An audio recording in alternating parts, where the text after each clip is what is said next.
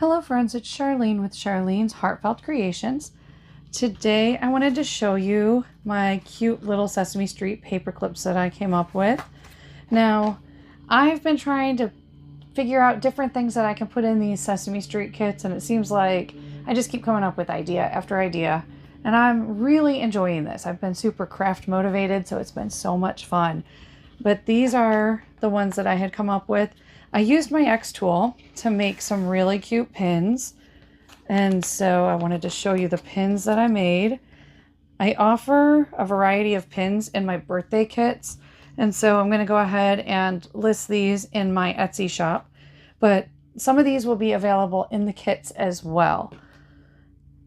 If not all of them. I'm debating on just putting all of them in the kit because they're so cute and I really love being able to share these things with you guys. So these are my pins that I created with my X tool. And I'm always looking for ways that I can use pins in a journal because it's one of those things that I pick up, but this can be cumbersome in a journal and mess up your pages. And yeah, you can take that off when you go places and you pick up pins. Like if you go to the amusement park or you go somewhere and you want a souvenir, pins are really good for your journal. But this was a way that I came up with that I thought would be a really neat way to display pins on your journal if you want to pick up pins from different places as a souvenir. Or if you make pins like I do, just neat little mementos that you can display in a different way. And so today I'm going to show you how to make the Big Bird one. Okay, so I started off with these. I buy these from Hobby Lobby and it's $4.49 for a pack of 70. They're 3-inch head pins. And I as I was making those, I set aside the pieces that I was going to need for this since I was already working on it. But I picked up these alphabet beads from Hobby Lobby, and as you can see, I've used a lot. My daughter and I have gone through a lot of them. I'm ready to pick up another pack just because I have been using them so much. And now that I've come up with this idea, I may need to get some more. So we're going to go ahead and spell out Big Bird.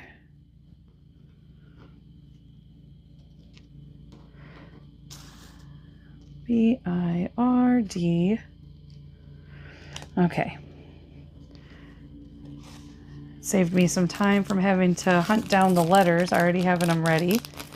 And then we're going to take one of our head pins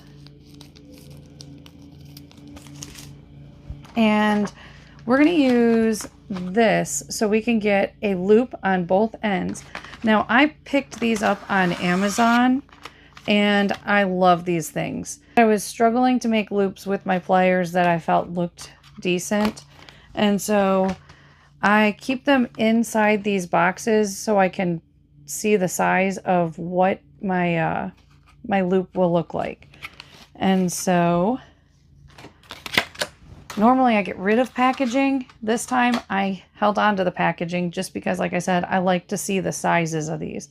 And I could just cut those off, but because they open like this, they take up more space. So I figure with it stored in there, it kind of keeps it a little more compact in my drawer. All right, so we're going to put this in here and just squeeze, and it will cut off the end piece and give us a really nice loop. And so I go back in and tighten my loop just a little bit to make sure that whatever I'm putting onto this loop does not come off. And then I will put the little letters on. And because Big Bird has a space, I went ahead and grabbed this little tiny circular bead. My other ones do not have that little bead, just this, the Big Bird one, because his name is 2 words. I thought about doing Cookie Monster, but my head pins weren't big enough for Cookie Monster, so it just says Cookie. All right, so then I'm going to see what direction the loop is because I want to try to keep them as close as possible so this will sit flat when I have all the pieces assembled. All right. And it doesn't always, and you can either bend your head pin a little bit, or you can kind of like tweak it while it's all together on the paper clip. But I try really hard to keep them all the same direction, I guess, if I can. All right, so we're gonna go, there's a little hole here, and we're gonna go ahead and put this piece as far through as we can get it and get it nice and close to the beads, and just squeeze, and there's our loop. So it's so easy to use these things. I'll go ahead and link them in the description, but I love these. They make really nice little tools for when you're working on beading, or you're putting together some charms. These are fabulous. Okay, so now that we've got Big Bird on a head pin, we're going to go ahead and attach our jump ring to the bottom here.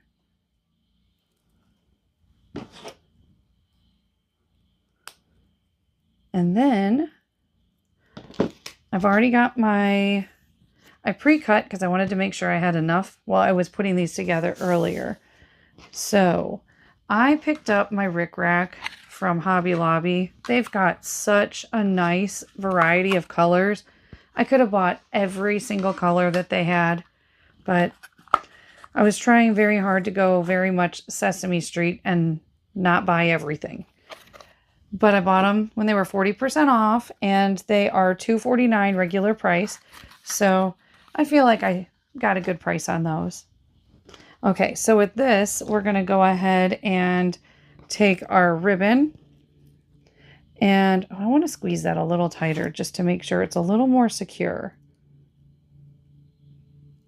There we go. We're going to take the ribbon and put it through our loop at the end.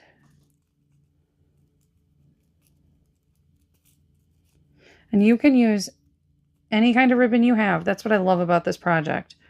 And nothing has to be perfect. You can have uneven ends. You can have them, however you like it. Then you can even put multiple pieces of ribbon in the bottom if you wanted. So I wanted to put Big Bird on here and have it go through both pieces of ribbon. Let's see. Yeah, I like about right there. And so I'm going to put that on there. And there's that piece. And now for the paper clip, I've already done my ribbon. Like I said, I pre-cut to make sure I had enough. Okay, so all this ribbon has come from a pack that I got, except for this, at Hobby Lobby. It was like one of those bags that was a mixture. I think it's a bundle. And so I bought the bundle. I was curious to see what I would get from this big bundle of, it looked like scrap ribbon. And I really liked that there was so much variety. I would not normally pick up ribbon that looks like this unless I got it at the thrift store. And so the fact that it had just so many varieties in it was really cool. And so I took a lot of the ribbon and separated it, and I will keep my different ribbons by color in bags or on little spools. I usually remove all of them from these because this takes up so much space. I'll have to show you my bin of ribbon one day. I have hundreds of ribbons crammed into a box, but it's easy for me to like sift through it and find the colors that I want or specific kinds of ribbons that I'm looking for. And it really condensed my ribbon collection because I had boxes upon boxes and I wasn't using it because I couldn't find it. Okay, so back to this. We're going to go ahead and take the different pieces and just kind of layer them right on top of this here. This is one I've had for a long time, and so it was nice to be able to pull it out and use it. It's kind of feathery, and so I got really excited because that's from back in my scrapbook days when I was going to the different conventions and stuff, and I was just buying everything. And then that one we're going to save for later. All right, and so we're just stacking all of our ribbon, and then you pick it up and thread it through. Oh, I'm losing them all. Look at that. You're going to thread it through the top portion here. This one is trying to be difficult. There's two of them that are a little bit slick, and so they're sliding out of my fingers. But we're going to go ahead and just find a spot that looks like it's semi-middle. And just pull everything up to the top like it's a tassel. And I was doing this by tying ribbon off, and it was not working for me very well. So I ended up braiding my daughter's hair ties, and I just grabbed a little yellow elastic. And this, I went ahead and doubled it over on my finger and then put it on top of I put it right over top of the paper clip. And what I found out from going the other way with the tassel is I was missing ribbon. You can go whichever way you want. This way ended up working out best for me, and I just slide it down so I'm not losing anything. Now that that's secured on there, I have this extra little piece that I cut that I'm going to tie right around this. Well, first I'm going to move this one around. I don't want them to be right next to each other.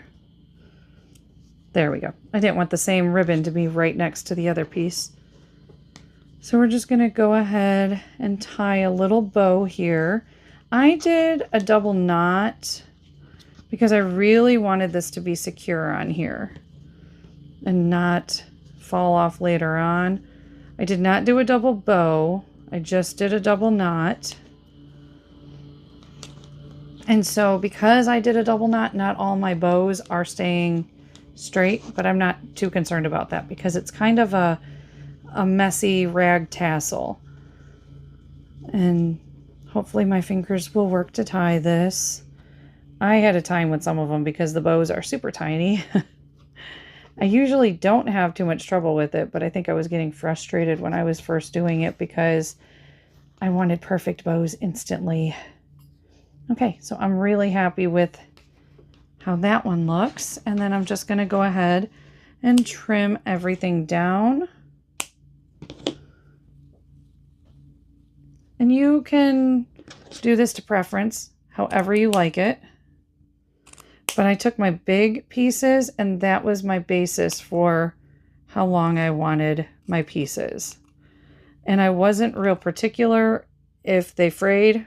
I honestly didn't mind. So I didn't take a lighter or anything to these because I kind of liked the frayed look, seeing how it's more of a fun, you know, it's a fun kids kind of theme.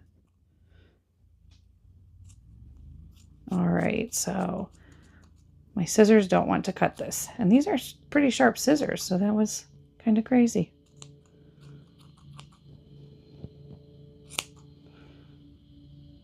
All right, let's see. I like how that looks. And then it's so simple. You're just going to take the end of the paper clip, thread it through the little opening, and there you go. A Big Bird paper clip made out of a pin. So you could do this for so many different things. I just went to a dance competition with my daughter and wish I had picked up a pin because this would have been really cool to make her a star-powered dance competition pin that she could display in her room, or she could put it on her journal, you know, something that she could have as a keepsake. She did get a pin, but she's probably going to keep that on her jacket. But this was such a fun way to figure out how to use these pins. And I really, really love how these turned out. These are going to be included in my Sesame Street journal kits that I'm putting together. And so I'm so happy with how these have turned out, and I'm glad I got to share them with you. So thank you so much for joining me, and until next time, bye.